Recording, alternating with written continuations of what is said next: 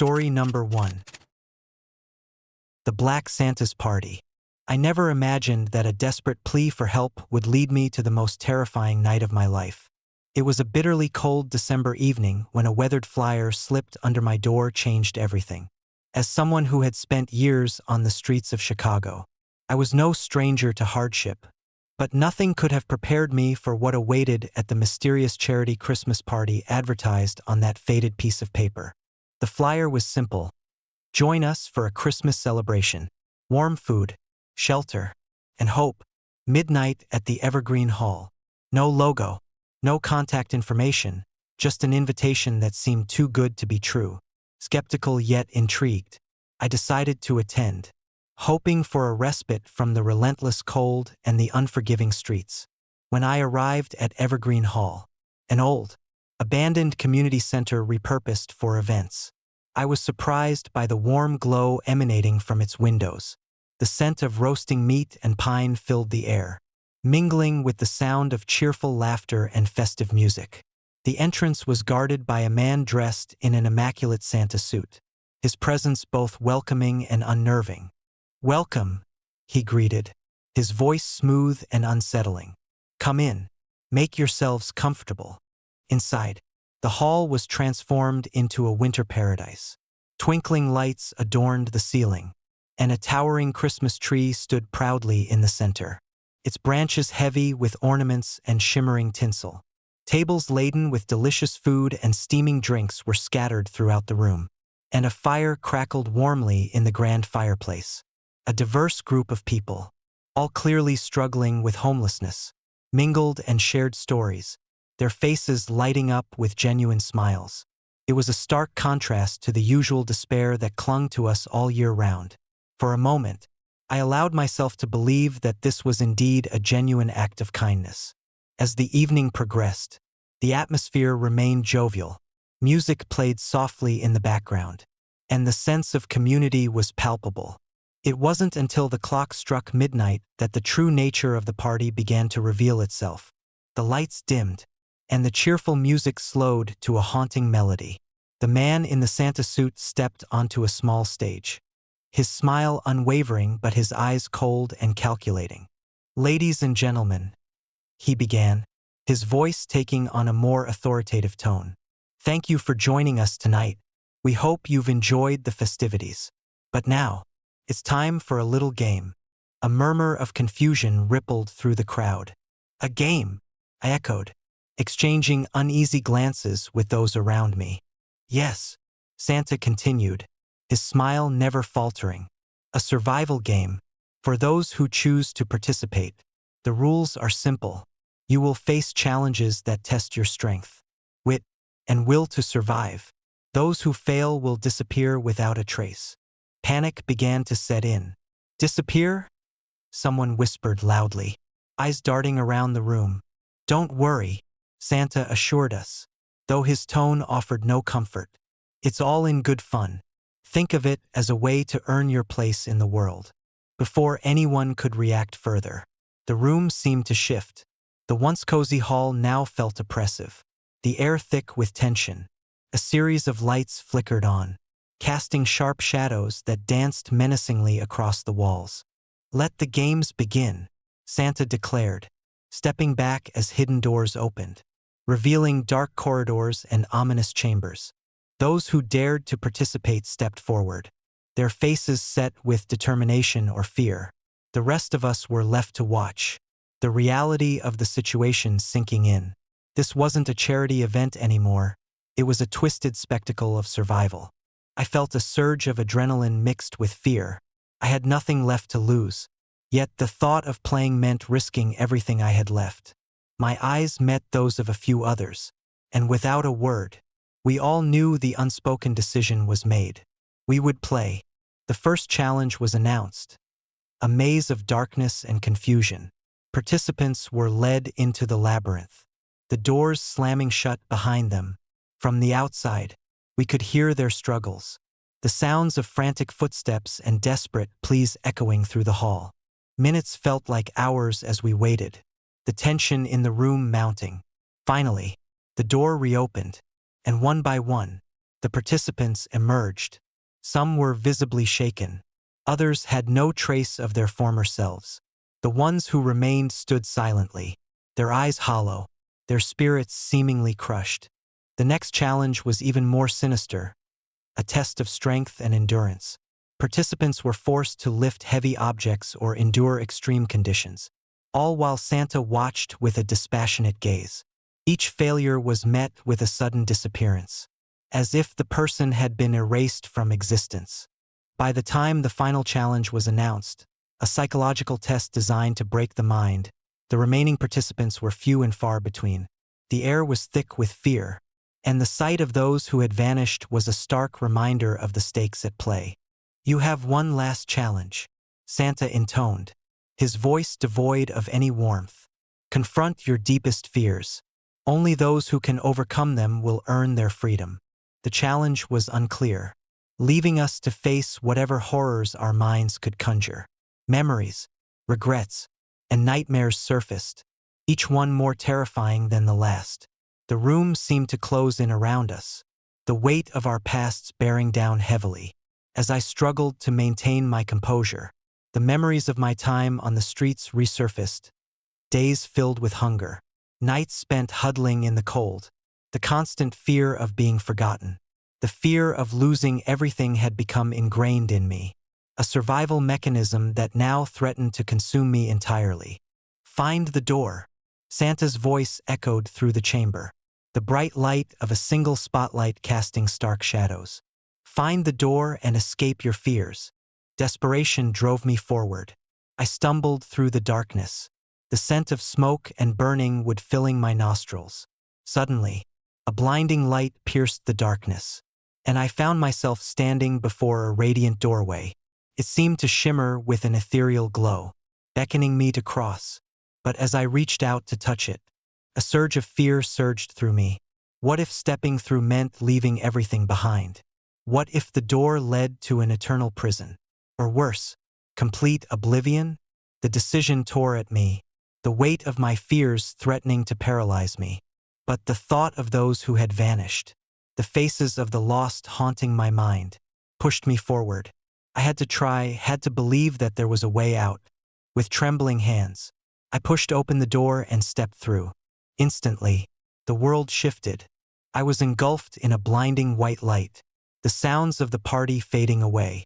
I felt a sense of weightlessness, as if I were floating in an endless void. Then, as suddenly as it had come, the light dimmed, and I found myself standing outside Evergreen Hall. The cold December air greeted me, the snow gently falling around me. I looked back at the manor, now silent and still, the warm lights extinguished. It was as if nothing had ever happened, the horrors of the night erased from memory. But something was wrong. I turned around, and my friends stood beside me, their eyes vacant, their faces pale and drawn. They looked like shadows of their former selves, the ordeal having left an indelible mark on their souls. "We did it," Jake whispered, his voice hollow. "We're free." But the freedom was a lie. As I glanced back at Evergreen Hall, I noticed the faint outline of a figure standing in the window, Santa, his presence a lingering reminder of the night's true nature. Days turned into weeks, and life returned to a semblance of normalcy. The experience left us all changed, haunted by the memories that refused to fade. The flyer was gone, as if it had never existed, but the scars remained. One Christmas Eve, years later, I found myself drawn back to Evergreen Hall. The memory of that night had never left me, the unanswered questions gnawing at my sanity. As I approached the manor, the air grew colder, the snow crunching beneath my feet. I entered, the familiar sights of the Christmas decorations now long gone, replaced by shadows and silence. The grand hall stood empty, the memory of the party a ghostly echo. I wandered through the halls, the weight of the past pressing down on me, until I reached the grand fireplace. There, amidst the ashes, lay a single, blood-red ornament, a dark reminder of the Black Santa's twisted game. As I reached out to touch it, a chill ran down my spine, and the sound of faint laughter echoed through the halls. "You can't escape," Santa's voice whispered, a sinister promise that hung in the air. I backed away, the ornament slipping from my grasp and shattering on the floor. The room darkened, the shadows lengthening as if reaching for me. Panic surged through me as the realization set in. I was trapped once more. The never-ending nightmare of the Black Santa's party coming full circle. Desperately, I searched for a way out, but the manor seemed to shift and change. Corridors leading to nowhere and doors that disappeared before my eyes. The screams of the lost echoed around me, their faces twisted in eternal torment. In a final act of desperation, I closed my eyes and forced myself to confront my deepest fears, the memories of loss, the pain of survival, the haunting question of whether escaping was even possible. The weight of my past bore down on me, threatening to consume me entirely.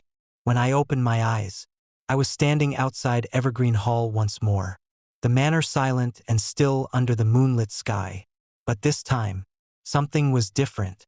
The snow had stopped falling, and a sense of peace settled over the landscape. I felt a weight lift from my shoulders, the horrors of that night finally fading into the background.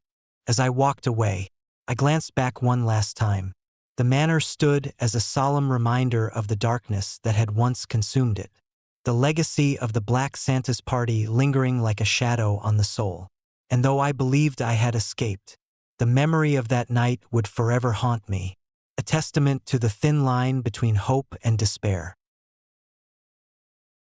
Story number 2. The Bloodied Christmas Tree.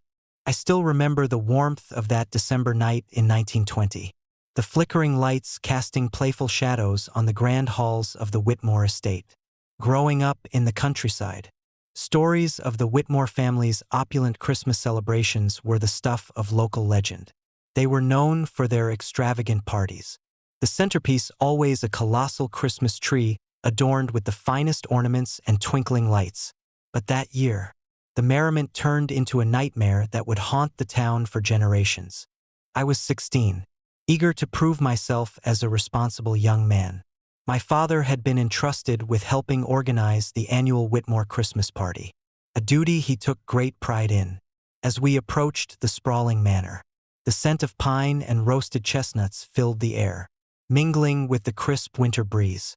The estate was a marvel, its architecture a testament to old-world grandeur, with towering windows and intricate stonework that seemed to glow under the moonlight.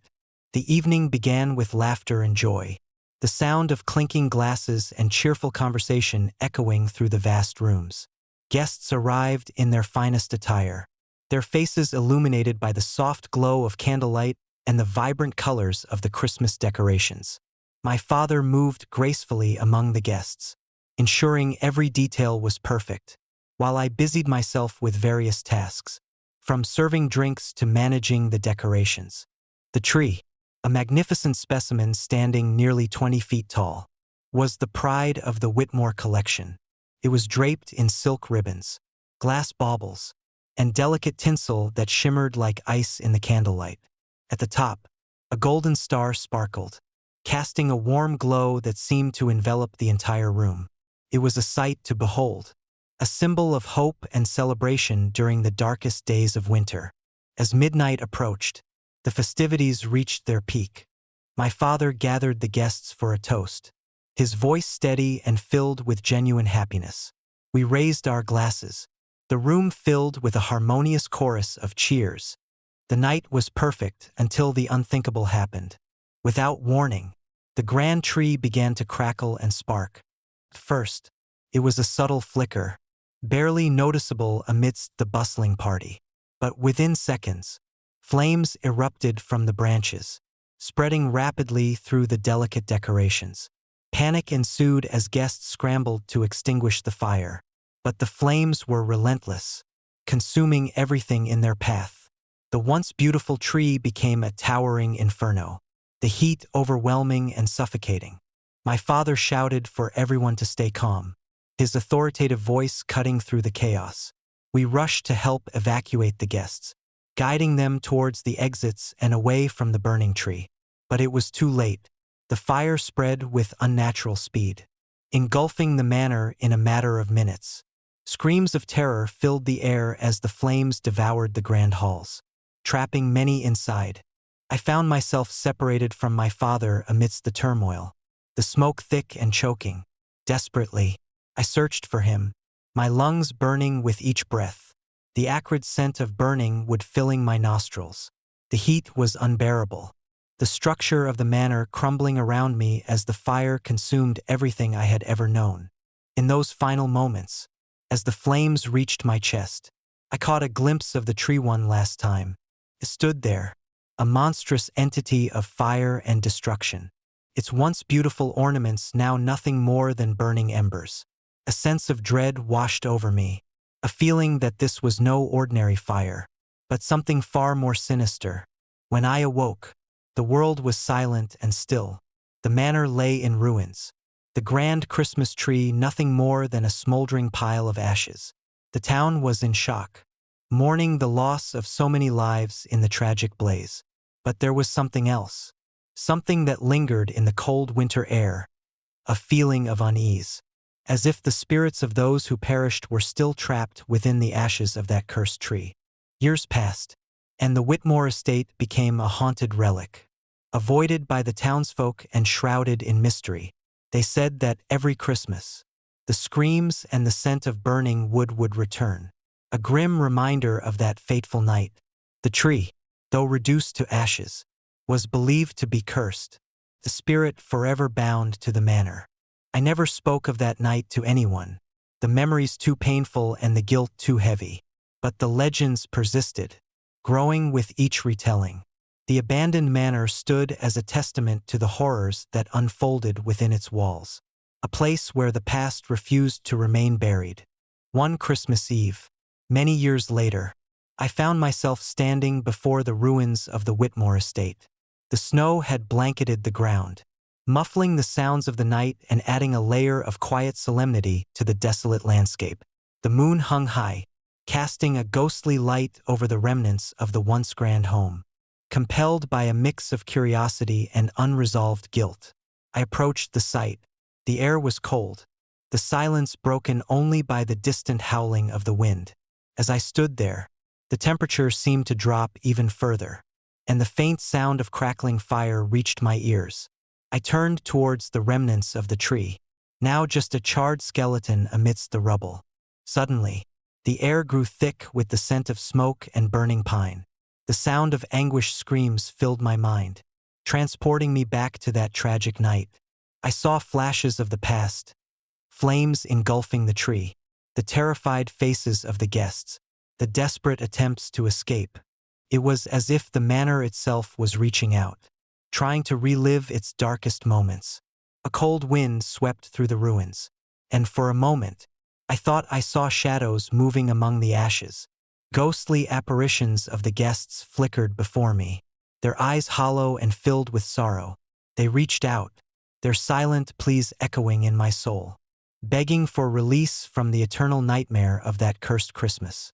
Terrified, I stumbled back, my heart pounding in my chest. The screams intensified, blending with the crackling of the fire, creating a cacophony of pain and regret. I turned to flee, but my legs felt rooted to the ground, the weight of the past anchoring me in place. In that moment, I realized that some tragedies leave scars too deep to heal, binding the spirits to the places of their suffering. The Whitmore estate was not just a site of physical destruction, but a beacon for restless souls, forever trapped in the echoes of that bloodied Christmas tree. As I finally managed to break free from the invisible hold, I glanced back one last time. The ruins stood silent once more, the spirits of the past fading into the night. But the memory of that night lingered, a haunting reminder that some curses are never truly broken, and some trees will forever bear the blood of Christmas past. I left the estate behind, the snow crunching beneath my feet as I walked away. But the whispers of that night followed me, a constant reminder of the darkness that once consumed the Whitmore family's grand celebration. And every Christmas thereafter, I couldn't shake the feeling that somewhere, in the heart of those ruins, the bloody tree awaited its next unwitting guest. ready to relive its tragic story once more. Story number 3. The never-ending party. I still remember the icy December air biting at my cheeks as we approached the old Whitmore Hotel, nestled on the outskirts of our small town.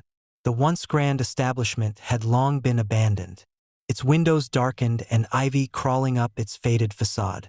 When Jake found the invitation to the secret Christmas party tucked inside a library book, none of us questioned its origin. After all, who wouldn't want to attend the year's most exclusive event? Our group of 5, Jake, Sarah, Emily, Mark, and me, had always thrived on the thrill of the unknown. The promise of a most secret party was irresistible, especially during the bleak winter months. As we pushed open the heavy oak doors, a rush of warm, festive air enveloped us, a stark contrast to the biting cold outside. The lobby was transformed into a winter wonderland. Twinkling lights adorned the ceilings, and a towering Christmas tree stood majestically in the center, its ornaments shimmering under the glow of countless bulbs. Soft music played in the background, mingling with the clinking of glasses and cheerful laughter. The scent of pine and spice cider filled the air, making the space feel inviting despite the hotel's dilapidated exterior. "Wow!" Sarah breathed, her eyes wide with amazement. "I can't believe this place. It's incredible." We made our way to the main ballroom, where the real festivities were in full swing. Tables laden with delicious food and overflowing drinks stretched as far as the eye could see. Guests mingled effortlessly, their conversations animated and joyous. It was as if the hotel had been magically transformed overnight, a haven of holiday cheer amidst its crumbling surroundings. Jake, always the social butterfly, quickly made friends with a group near the bar. Emily and Mark gravitated toward the dessert table, sampling treats and sharing bites with newfound acquaintances. Sarah and I found a cozy corner by the fireplace, sipping our drinks and soaking in the atmosphere. As the night progressed, the party's energy only intensified. More guests arrived, each one seemingly more vibrant than the last. The room buzzed with laughter, music, and the occasional burst of singing as someone took to the makeshift stage for an impromptu carol. It was perfect, or so we thought. About an hour into the festivities, I felt a nagging urge to leave. The cozy warmth of the ballroom was beginning to feel claustrophobic, and a sense of unease settled in the pit of my stomach. "Guys, I think I'm going to head out," I announced, trying to mask my discomfort. "Already?" Emily asked, concerned. "We just got here." Mark nodded in agreement. "Yeah, what's up?" I shrugged, forcing a smile. "Just feeling a bit overwhelmed. Maybe some fresh air." Jake, never one to let an opportunity slip, chimed in. "Well, if you guys want to go, let's all leave together. It's getting late." We excused ourselves and made our way toward the exit, the festive sounds fading behind us. As we reached the grand double doors, I reached for the handle, expecting the cool night air to greet us once again. But the doors wouldn't budge. I pulled harder, my frustration mounting. "What the hell? Why won't these open?" Sarah joined me, her hand gripping mine. "It's locked. Maybe it's automatic or something." Mark tried the side doors, but they were just as unyielding. "This is weird. There should be a way out." Jake stepped forward, examining the door closely. "I didn't see any locks earlier. Let me try pushing from the inside." He pressed against the door with all his might, but it barely budged. "Nothing. It's like sealed shut." Panic began to creep into our minds. "Guys, maybe we should go back inside and look for another way out," Jake suggested, his voice tinged with worry. Reluctantly, we turned back toward the ballroom. The once inviting lights now seemed dim and foreboding. The cheerful music had transformed into an eerie, distorted melody that echoed through the halls. As we re-entered the room, the atmosphere had shifted. The laughter was muted, and the vibrant decorations appeared tarnished, as if time itself was deteriorating the festive facade. "Something's not right," Emily whispered, clutching her glass tightly. It's like the whole place has changed. We moved cautiously through the ballroom, searching for any sign of another exit. But the room seemed endless, the doors and windows blending seamlessly into the decaying walls. As we ventured deeper, the other guests began to disappear, their joyful faces replaced by blank stares and hollow eyes. The cheerful chatter dwindled, replaced by an oppressive silence that pressed down on us. Suddenly, the room plunged into darkness. The lights flickered and died, leaving us enveloped in pitch blackness. I fumbled for my phone, turning on the flashlight to illuminate our immediate surroundings. The beam revealed the ballroom in disarray, tables overturned, decorations strewn about, and shadows dancing menacingly on the walls. "What's happening?" Mark demanded, his voice trembling. "Why is everything changing?" Before we could process his words, a guttural sound echoed through the room. It was a low, raspy chuckle that sent shivers down my spine. "Did you guys hear that?" "Yeah," Jake replied, his voice barely audible. "Something's wrong." As we tried to regain our bearings, the guests around us began to transform, their bodies contorted, limbs elongating unnaturally, faces twisting into grotesque masks of bone and sinew. Skeletons emerged where flesh once was, their hollow eyes fixed on us with an otherworldly intensity. The cheerful facade had been stripped away, revealing the true horror beneath. Emily screamed, backing away from a guest whose jaw had dislocated to form a permanent, sinister grin. "We need to get out of here now." Desperately, we searched for another exit, but the ballroom had become a labyrinth of shifting corridors and endless hallways. Each door we opened led to more distorted versions of the party. Rooms filled with skeletal dancers twirling in an eternal, macabre ballet, or dining areas where skeletons feasted on decaying food, their bony hands reaching out to grab us. Time seemed to lose all meaning. Minutes felt like hours as we navigated the twisted hotel, our minds teetering on the brink of madness. The oppressive silence was intermittently broken by the haunting echoes of our footsteps and the distant, hollow laughter of the skeletal guests. At one point, we stumbled upon a grand staircase, its steps leading to a darkened second floor.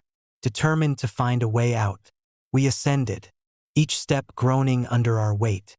The upper level was even more disorienting, corridors looping back on themselves and doors that led to nowhere. The festive decorations were now in shambles, torn tinsel hanging limply from the ceiling and shattered glass glittering on the floor like malevolent stars. "Jake, look!" Sarah pointed to a large mirror hanging on the wall. But instead of our reflections, the mirror displayed the ballroom in its distorted state, the skeletal guests frozen in a grotesque tableau. "Is this some kind of trap?" Mark wondered aloud, his voice echoing in the empty hallway. Before anyone could respond, the mirror rippled like water, and a skeletal hand reached out from the glass, grasping at our reflections. We recoiled in horror as the hand seemed to pull at us, the boundary between reality and the mirror blurring. "Run!" Jake shouted, grabbing my arm and pulling me away from the cursed reflection. We sprinted down the hallway, the sound of our pursuers growing louder with each step.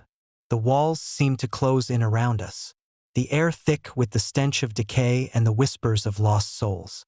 Desperate to escape, we turned a corner and found ourselves back in the ballroom, now a nightmarish version of its former self. The skeletal guests moved with predatory intent, their hollow eyes fixed on us as they closed in. "We're trapped," Emily cried, tears streaming down her face. "There's no way out." Just as all hope seemed lost, a door at the far end of the room swung open, revealing a blinding light. "There!" I pointed, my voice shaking. "Maybe that leads outside." We rushed toward the door, pushing past the skeletal guests who reached out with bony fingers to grab us. As we crossed the threshold, the doors slammed shut behind us, plunging us back into darkness. The light had vanished, and the room began to distort once more, time slowing to a crawl. "We can't stay here," Mark insisted, his eyes wide with fear. We need to find another way. But as we searched frantically for an exit, the room seemed to mock our efforts. Each door led back to the ballroom. Each window revealed the same nightmarish scene. It was as if we were caught in an endless loop, the never-ending party trapping us in a cycle of terror. Hours, or was it days, passed as we wandered the cursed hotel, our sanity fraying with each passing moment. Sleep eluded us, our minds consumed by the haunting images of skeletal faces and the oppressive sense of being watched. We clung to each other, our bond the only thing keeping us from descending into madness. One night, or what felt like night, we stumbled upon an old elevator in a forgotten corner of the hotel. The doors were rusty and dented, but it seemed like our best chance for escape. With no other options, we pressed the call button, hoping against hope that it would lead us to freedom. The elevator creaked to life, its lights flickering as it began to descend. We held our breaths, the tension in the air palpable. But as we reached the ground floor, the doors refused to open. The skeletal guests surrounded us, their hollow eyes glowing with malevolent intent. "We're not going anywhere," Jake declared, trying to muster courage. "We have to fight." But our attempts were futile. The skeletal figures moved with unnatural speed, their bony hands reaching for us as the room closed in around us. Desperation overwhelmed us as we realized the grim truth. We were doomed to remain in this never-ending party, our souls trapped in the decaying hotel forever. As I stand here, recounting the horrors of that night, the memories haunt me like restless spirits. The abandoned Whitmore Hotel still stands, a sinister beacon in the snowy landscape, its windows reflecting the eternal torment of those who dared to attend the never-ending party. And sometimes, on cold December nights, I swear I can hear the faint strains of cheerful music, a chilling reminder that some invitations should never be accepted. Story number 4. The Cryptic Invitation. I never considered myself the superstitious type. Growing up in Chicago, surrounded by the relentless hustle and the bright lights, ghosts and spirits were nothing more than stories to entertain restless kids on sleepless nights. But receiving that invitation changed everything I thought I knew about reality. It was a chilly November afternoon when the letter arrived. The envelope was thick, made of high-quality parchment, and sealed with a deep crimson wax emblem depicting a castle. There was no return address, only my name elegantly handwritten on the front. Intrigued, I carefully broke the seal and unfolded the letter inside. "Dear Jonathan, it has been far too long since our last meeting. I cordially invite you to join us for a Christmas celebration at Ashford Castle this December 24th. Your presence would be greatly appreciated. Warm regards, Edward Ashford." Edward Ashford had been my college friend, someone I hadn't spoken to in over a decade. Back then, we were inseparable, sharing dreams and secrets under the vast expanse of the Midwest sky. Life, as it often does, took us on different paths. His sudden disappearance 5 years ago had been a mystery that lingered in my mind, never fully resolved. Despite the years and the unanswered questions, something about the invitation felt off. There was an urgency in his handwriting, a desperation that I couldn't ignore. Perhaps it was the allure of reconnecting with an old friend, or maybe the inexplicable pull I felt toward the castle. Whatever the reason, I found myself making arrangements to attend. The journey to Ashford Castle was long, spanning several states and winding through dense forests that seemed to close in around me as I drove. By the time I arrived, dusk had settled, casting long shadows over the sprawling estate. The castle was an imposing structure, its stone walls weathered by time and nature, surrounded by overgrown gardens and towering pines that whispered secrets in the wind. A gravel path led me to the massive wooden doors, intricately carved with symbols I couldn't decipher. Taking a deep breath, I knocked, the sound echoing ominously in the stillness. After what felt like an eternity, the doors creaked open, revealing a grand foyer bathed in the soft glow of candlelight. "Jonathan, it's been too long," a voice called out, filled with warmth and an undercurrent of something unspoken. I stepped inside, the door shutting behind me with a heavy thud. Edward stood at the center of the room, his presence as commanding as I remembered. Yet there was a hardness in his eyes that hadn't been there before. "Edward, it's been years," I replied, feeling a mix of relief and unease. He smiled, motioning me to join the others. The grand hall was beautifully decorated for Christmas, with a towering tree adorned with twinkling lights and ornaments that seemed to shimmer with a life of their own. Tables laden with sumptuous feasts lined the room, and guests mingled, their laughter and conversation filling the space with a festive spirit.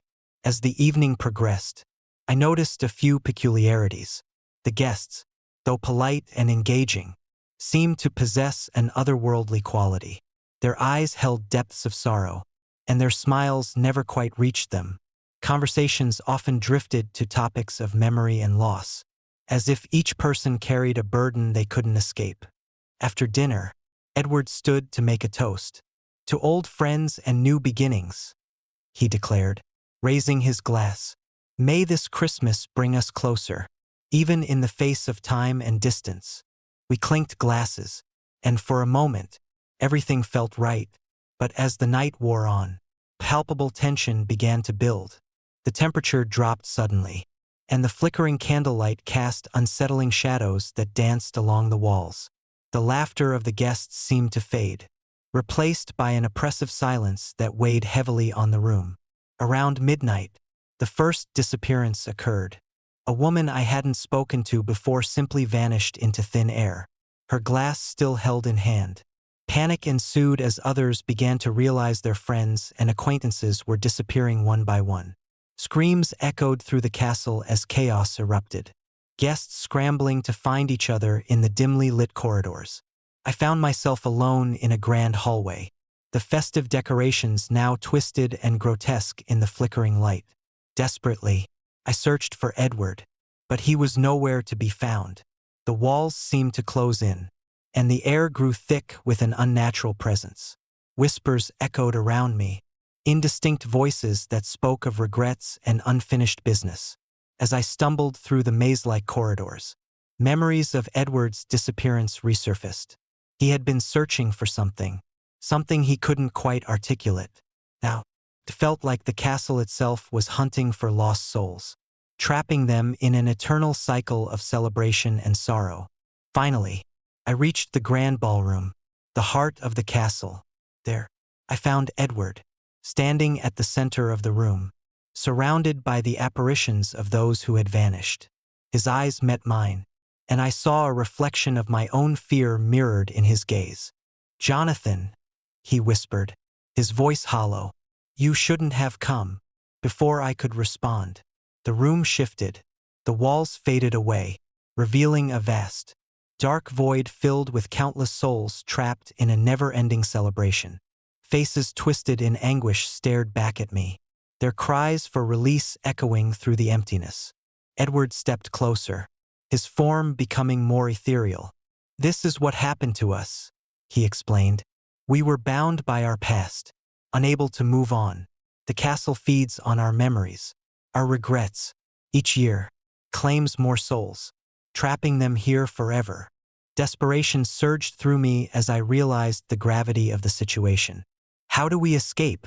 I demanded, searching for any sign of hope. Edward looked away, his expression one of profound sorrow. "There is no escape. Once you're here, you're part of the castle's legacy." But as he spoke, a flicker of determination ignited within me. "There has to be a way. There must be something we can do." Edward's form wavered, uncertainty replacing his initial resignation. "Perhaps, but it would require facing our deepest fears, confronting the very things that bind us to this place." Taking a deep breath, I nodded. "I'm willing to try." The apparitions began to close in, their presence suffocating. Memories of my own past mistakes and lost opportunities flooded my mind, threatening to overwhelm me, but I pushed forward, focusing on the task at hand. I had to find a way to break the curse that held us captive. Edward led me to a hidden chamber, its entrance concealed behind a tapestry depicting a snowy landscape. Inside, the room was filled with artifacts and relics, each holding a piece of the castle's dark history. At the center stood an ornate mirror, its surface shimmering with an otherworldly light. "This mirror holds the key," Edward explained. "It reflects not just our appearances, but our souls. To break free, we must confront our reflections and let go of the burdens that tie us to this realm." Summoning all my courage, I approached the mirror. My reflection stared back at me, eyes wide with fear and determination. "I release you," I whispered, thinking of all the regrets and sorrows that weighed me down. The mirror rippled, and the apparitions began to fade, their forms dissolving into the ether. Edward stepped forward, placing a hand on my shoulder. "You did it, Jonathan. You've freed yourself and given us a chance to move on." As the last of the spirits vanished, the castle began to crumble around me. The oppressive atmosphere lifted, replaced by a serene calm. I found myself standing alone in the grand ballroom, the festive decorations now ordinary and unthreatening. The heavy doors opened, allowing a bright light to flood the room. Stepping outside, I looked back at Ashford Castle. It stood silent and still, the darkness that once enveloped it now replaced by the warm glow of Christmas lights. The nightmare was over, but the memory lingered, a stark reminder of the thin line between reality and the supernatural. Driving back to Chicago, I couldn't shake the feeling of being watched, the echoes of that night haunting my every thought. The invitation had been a test, a journey into the depths of fear and redemption. And while I had escaped, I knew that the castle's legacy would remain with me forever. Years have passed since that fateful Christmas, but the experience has left an indelible mark on my soul. I often wonder about the other souls still trapped in places like Ashford Castle, bound by their pasts and yearning for release. The world is full of mysteries, and some invitations are better left unopened. But despite the lingering fear, I carry a newfound respect for the unknown. Life is fragile, and the bonds we form can transcend even death itself. And as Christmas approaches each year, I remember the night I confronted my fears and faced the darkness, knowing that sometimes the greatest horror lies not in what we see, but in what we dare to uncover. Story number 5. The Unseen Guests of Pine Hollow. I still remember the chill in the air that December evening of 1977. A night that forever altered the quiet rhythm of Pine Hollow. Nestled deep in the heart of rural America, our town was the kind where everyone knew everyone, and secrets were as rare as a summer snow. Our family had always taken pride in hosting the annual Christmas party, a tradition that brought warmth and laughter to our modest home on Maple Street. That year, my parents decided to invite not just our immediate neighbors but the entire community. It was a gesture of unity, especially after the harsh winter had tested everyone's resilience. As the sun dipped below the horizon, casting long shadows over the snow-covered landscape, preparations were in full swing. The scent of pine and freshly baked cookies filled the house, mingling with the sound of cheerful chatter and the crackling of the fireplace. I was busy setting up the dining table, meticulously arranging the silverware and fine china that had been passed down through generations. My younger sister, Emily, hung colorful ornaments on the evergreen in the corner, her laughter ringing like bells. My parents moved gracefully between the kitchen and the living room, ensuring everything was perfect for our guests. The first wave of neighbors arrived punctually. The Johnsons from 2 houses down, Mrs. Thompson from the bakery, and the Carters who ran the local hardware store. Their presence added to the festive atmosphere, and the night was off to a splendid start. We shared stories, exchanged gifts, and enjoyed the hearty meal my mother had prepared with love. As the evening progressed, more guests trickled in, some unfamiliar faces that I hadn't seen before. They were polite, engaging in conversations with ease, and their smiles were warm and genuine. It wasn't until later that night, around midnight, that things began to take a strange turn. The lights flickered ominously, casting eerie shadows that danced across the walls. The room seemed to grow colder, and an unsettling silence fell over the party. My father, ever the pragmatist, dismissed it as a power surge, but a sense of unease settled over me. I glanced around the room, noticing that some of the strangers hadn't interacted with anyone else before. They seemed oddly detached, as if they were observing rather than participating. Despite the growing discomfort, the party continued. Music played softly in the background, and conversations picked up once more. But there was an underlying tension, a feeling that something was terribly wrong. Suddenly, the lights went out completely, plunging us into darkness. Gasps and murmurs filled the room as people tried to adjust to the sudden blackout. Before anyone could react, the strangers sprang into action. They moved with an unsettling synchronicity, their actions swift and precise. Plates began to slide off tables, glasses shattered against the floor, and decorations were ripped down with aggressive force. Panic erupted as guests scrambled to find their way in the dark. But the strangers remained eerily calm, their eyes devoid of any emotion. My father tried to restore order, but the chaos only intensified. Furniture toppled over, and the once festive atmosphere turned into a nightmare. Emily screamed as one of the strangers lunged toward her, leaving deep scratch marks across her arms. Blood stained her clothes, and tears streamed down her face as she cried out for help. Desperate to escape, my parents and I fled to the back door, only to find it locked from the outside. The house seemed to come alive, walls closing in, corridors stretching into infinity. We were trapped, surrounded by these faceless invaders who moved with malevolent intent. The air was thick with fear, and the oppressive silence was broken only by the sound of our ragged breathing and the distant echoes of the strangers' actions. Finally, after what felt like an eternity, the lights flickered back on. The room was in shambles, tables overturned, decorations destroyed, and Emily lying on the floor, her injuries severe. The strangers had vanished as suddenly as they had appeared, leaving behind nothing but devastation and unanswered questions. In the aftermath, we surveyed the damage, trying to make sense of the night's horrors. My mother picked up a discarded camera from the living room, hoping to capture any evidence of what had transpired. As we reviewed the photos, a cold dread settled over us. In every image taken that night, the strangers were present, but their faces were blurred, indistinct shadows where features should have been. It was as if they were never meant to be seen clearly, their true forms hidden from our perception. The next morning, the town was abuzz with confusion and fear. When my parents recounted the events, no one else seemed to remember the strangers at all. Neighbors who attended the party had no recollection of the unfamiliar guests, and none of the photographs taken by others showed their presence. It was as if the strangers had been erased from everyone's memories except ours. We tried to rationalize the experience, attributing it to stress or perhaps a collective hallucination brought on by the cold and isolation. But the evidence was undeniable. The scratched marks on Emily's arms were real.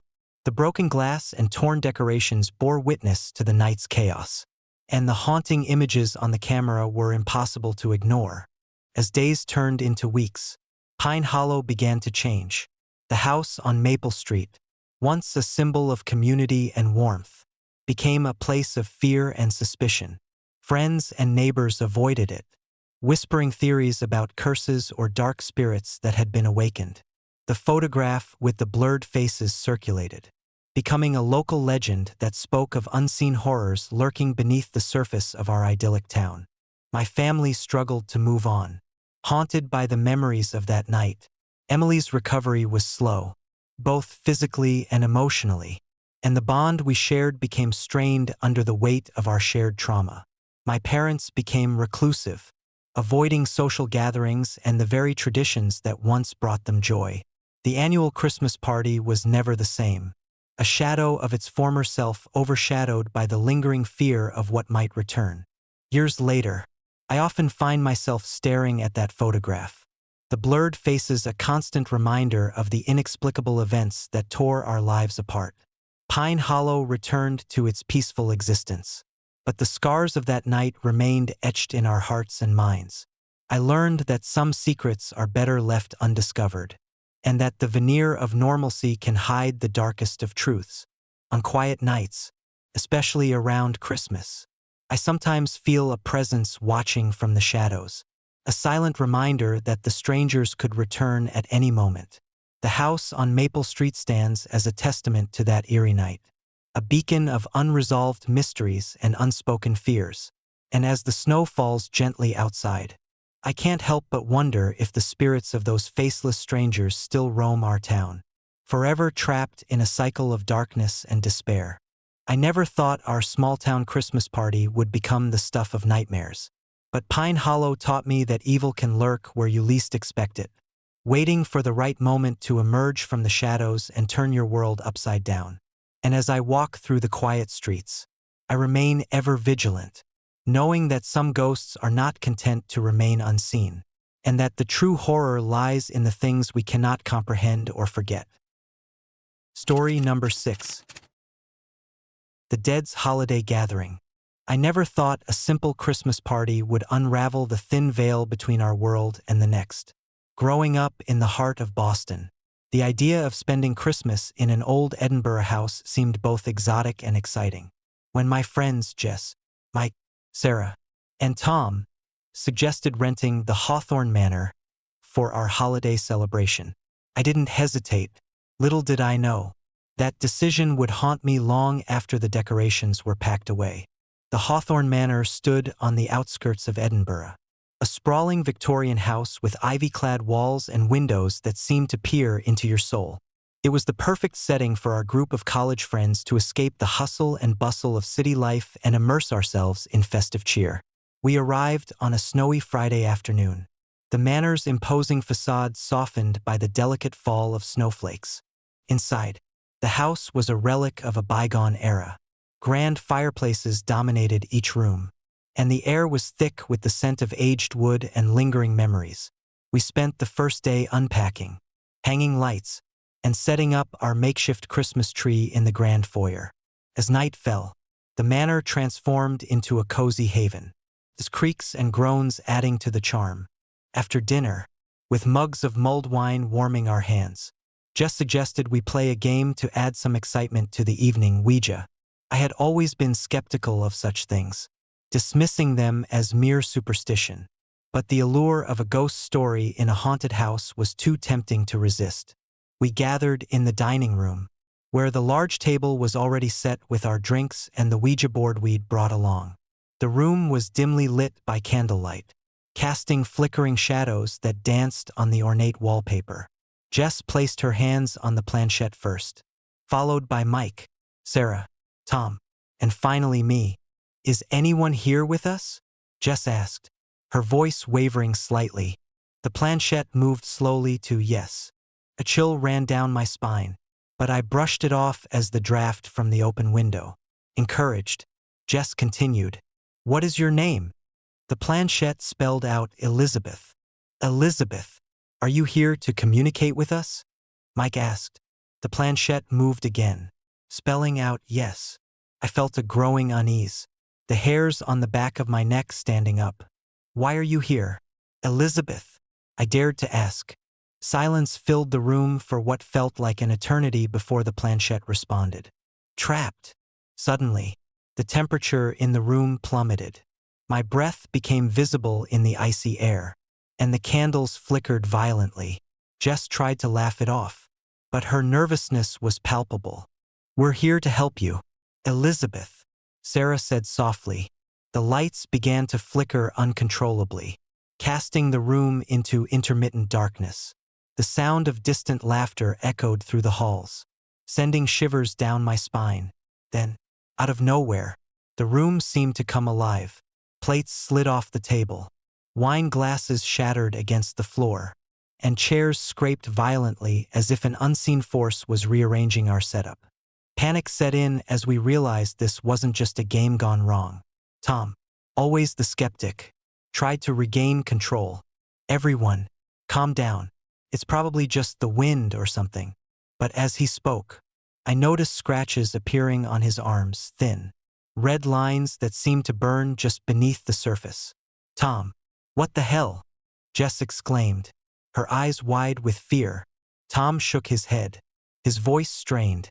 "I don't know. I didn't move." The planchette began to move again, faster this time. "Leave." A deafening silence followed, broken only by the sound of our heavy breathing. The room had settled back into an eerie calm, but the damage was done. Tom looked at his arms. Confusion and fear etched on his face. "We need to stop," Sarah whispered, her voice trembling. Before anyone could react, the room plunged into complete darkness. The temperature dropped further, and a sense of dread enveloped us. In the pitch-black room, I felt a presence, an oppressive force pressing down on my chest. The sound of footsteps echoed around us, slow and deliberate, approaching from all sides. "Who are you?"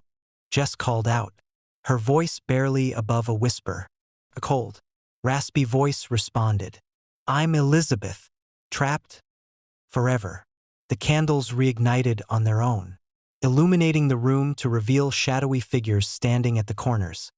Ghostly apparitions of people dressed in Victorian attire, their faces obscured by shadows. They moved toward us, their presence filling the room with an unspoken menace.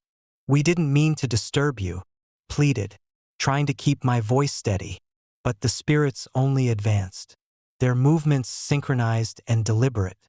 One of them reached out, and I felt a sharp pain as claws, no claws made of pure darkness, scratched across my back. The pain was excruciating, yet strangely numb. I stumbled forward, desperate to escape the spectral assault. Tom fell to the ground, clutching his arms where the scratches had deepened into gashes. Blood seeped through his clothes, and he whimpered in pain. "We have to go," he gasped. As we scrambled to our feet, the house seemed to resist our every move. Doors slammed shut in our faces, windows locked themselves, and the path back to the entrance became a maze of shifting corridors and endless rooms. The spirits continued their relentless pursuit, their whispers filling the air with incomprehensible words. Jess grabbed my arm, her eyes wide with terror. "We need to stick together. Don't split up." We made our way through the manor, the oppressive atmosphere making each step feel like a mile. The once beautiful house was now a labyrinth of horror, every room a new nightmare.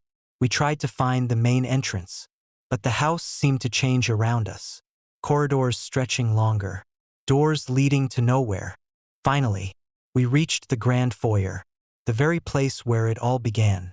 The fireplace roared to life, and the flames took on an unnatural hue, deep crimson, almost black. The spirits converged upon us, their numbers seemingly infinite. Elizabeth stood at the center, her form more defined, her presence commanding. "Why are you here?" I demanded, my voice breaking. Elizabeth's voice echoed through the room. "We are bound to this place, our souls trapped by betrayal and sorrow. You disturbed our eternal vigil." I swallowed hard, searching for answers. "What do you want from us?" She stepped forward, her form wavering like smoke. "To be remembered, to have our stories told, so we may find peace." A glimmer of hope sparked within me. "Tell us how we can help." Elizabeth nodded, the shadows around her swirling. "Expose the truth. Let the world know of our plight, so our memories do not fade into oblivion." The spirits began to dissipate, their forms dissolving into the air like mist under the morning sun. The oppressive weight lifted, and the temperature began to rise. The manor seemed to sigh, the tension ebbing away as if a burden had been lifted. We staggered out of the manor as dawn broke, the first light of Christmas morning casting a serene glow over the landscape. The house stood silent and still, its dark secrets momentarily laid to rest. Exhausted and battered, we made our way back to Edinburgh, the horrors of the night etched into our minds. In the weeks that followed, I took to writing. I poured my experiences into a detailed account, ensuring that the story of Hawthorne Manor and the trapped souls of Elizabeth and her family would not be forgotten. The article was published in a local newspaper, sparking interest and concern among the community. True to Elizabeth's words, the manor slowly faded from the forefront of local lore, its spirits finding peace through our efforts. However, the memory of that night lingered, a stark reminder of the thin line between the living and the dead. Every Christmas, I find myself drawn to the stories of haunted houses and restless spirits, a newfound respect for the unknown filling me.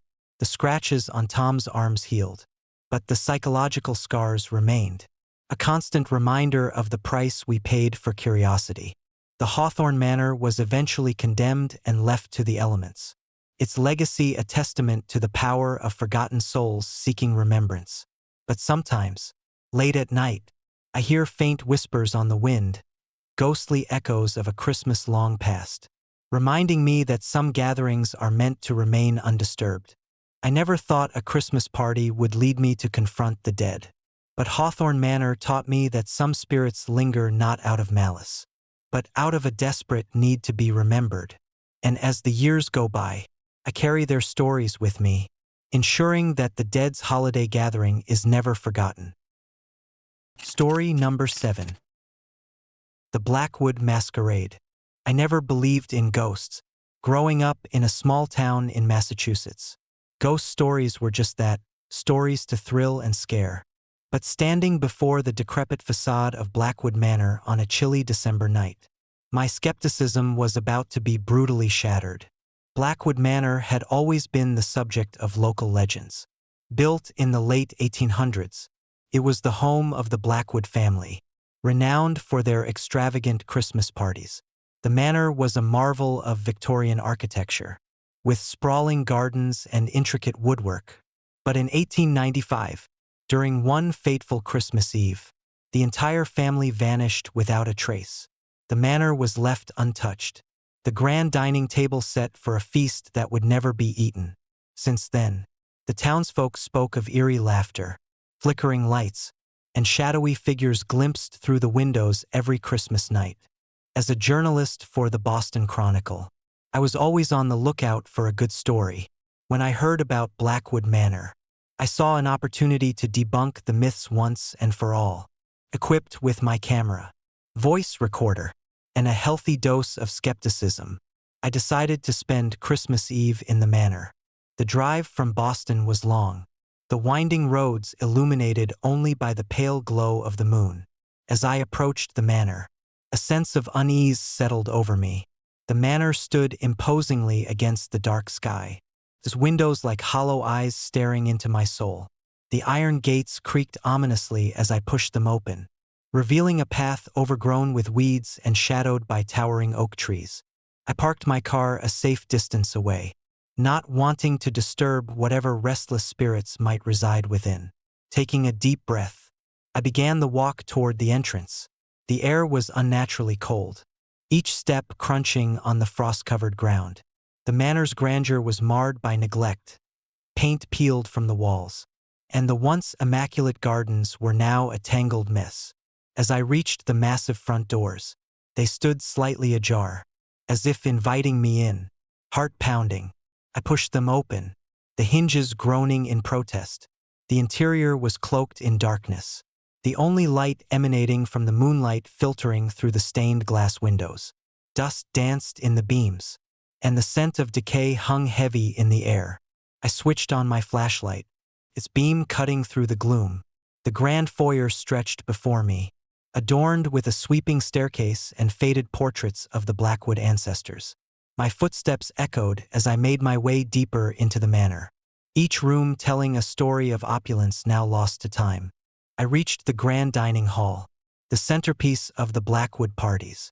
The room was dominated by a massive table, set meticulously with silverware, fine china, and candlelit centerpieces. The fireplace roared with an undying flame, casting flickering shadows that danced along the walls. It was as if the scene had been frozen in time.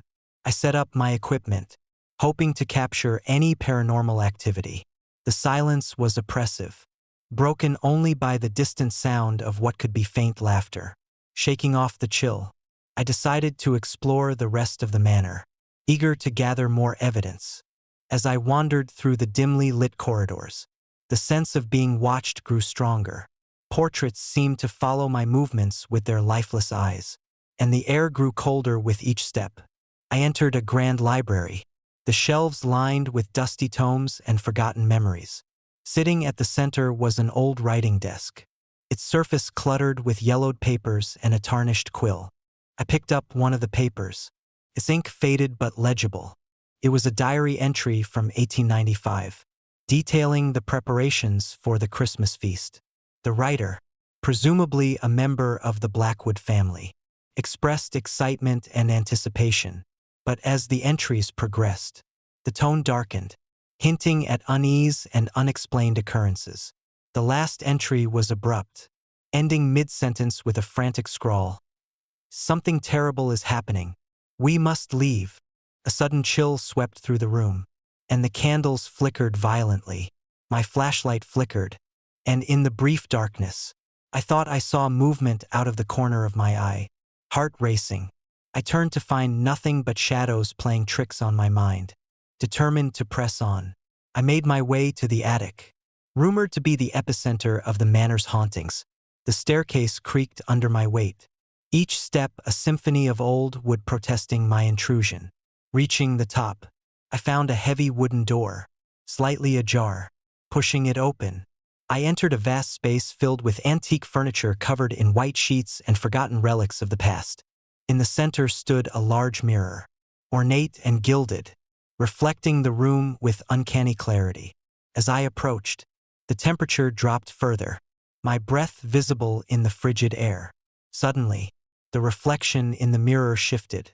Instead of my own image, I saw the dining hall, the table set and the shadows of people gathered around it. Their faces were obscured by darkness, but their presence was unmistakably human. A voice echoed through the attic, soft yet commanding. "Join us." I spun around, flashlight beam darting through the room, but saw no one. The mirror's reflection remained, showing the spectral banquet. The laughter grew louder, a cacophony of voices blending into an unsettling harmony. My skin prickled as I felt an invisible force pulling me toward the mirror. "No," I whispered to myself, trying to resist, but the pull was relentless, my feet moving of their own accord. I reached out to touch the mirror, the surface cold and unyielding. As my fingers made contact, a surge of energy coursed through me, and the room around me began to dissolve. I was no longer in the attic but standing at the head of the grand dining table. The figures from the mirror sat around me, their eyes hidden in the darkness of their masks. The room was alive with the warmth of the fire and the aroma of a feast ready to be enjoyed. It was Christmas Eve, 1895. "Welcome," a voice intoned, and I realized it was coming from me. Panic surged as I tried to move, but my body was frozen in place. The guests began to speak, their voices merging into a disorienting chorus. "Stay with us," they insisted. "Never leave." The realization hit me like a punch to the gut. I was trapped in the manor's curse. Reliving the night the Blackwoods disappeared. Desperation clawed at my mind as I struggled to break free, but the spectral embrace held me tight. Suddenly, a figure emerged from the shadows, different from the others. It was a woman, her presence commanding and sorrowful. Her eyes, though hidden, conveyed a deep sadness. "Help us," she pleaded. "Find peace for our souls." I focused on her, willing myself to understand. Memories began to surface, whispers of betrayal, secrets kept within the manor's walls, and a festering resentment that led to the family's demise. The Blackwoods had hidden something, a dark secret that bound them to the manor, condemning them to an eternal feast. "I need to release you," I declared, finding strength in my determination. "Tell me what you need." The woman nodded, and the room seemed to shift. Images of the past played out before me, furtive meetings, forbidden rituals, and the night of disappearance. The final moments were chaotic, a culmination of greed and desperation, leading to the family's tragic end. with newfound understanding. I knew what had to be done. I needed to expose the truth, to lay the Blackwood's secrets bare so their souls could finally find peace. Gathering the fragmented memories, I began to piece together the narrative, each revelation a step toward breaking the curse. As I spoke the final words, the manor trembled, the spectral figures fading as the weight of their secrets lifted. The mirror cracked, shards falling away to reveal my reflection once more. I felt the oppressive force release its grip, and the room returned to its original state. Breathing heavily, I found myself back in the attic, the mirror now silent and still. The temperature began to rise, warmth replacing the cold that had enveloped me. I knew the Blackwoods were free, their spirits no longer bound to the manor. Exiting the manor at dawn, I glanced back to see the first light of Christmas morning breaking through the fog. The manor, once a place of fear, now stood serene, as if the passage of time had finally granted it peace. Returning to Boston, I penned the story of Blackwood Manor, unveiling the truth behind the legends. The Boston Chronicle ran the piece, and the town finally acknowledged the tragedy that had haunted them for over a century. Visitors came not to witness the supernatural, but to honor the memory of the Blackwood family, ensuring their story would never be forgotten. Yet, every Christmas Eve, as I sit by my fireplace, I sometimes hear faint laughter and catch a glimpse of shadows at the edge of my vision, a reminder that some stories never truly end, and some spirits linger, bound by memories and the echoes of the past. I never believed in ghosts, but Blackwood Manor taught me otherwise, and as the years pass, I find myself haunted not by fear, but by the lingering presence of a family that once lived, loved, and ultimately vanished into the annals of history, leaving behind a legacy of mystery and sorrow.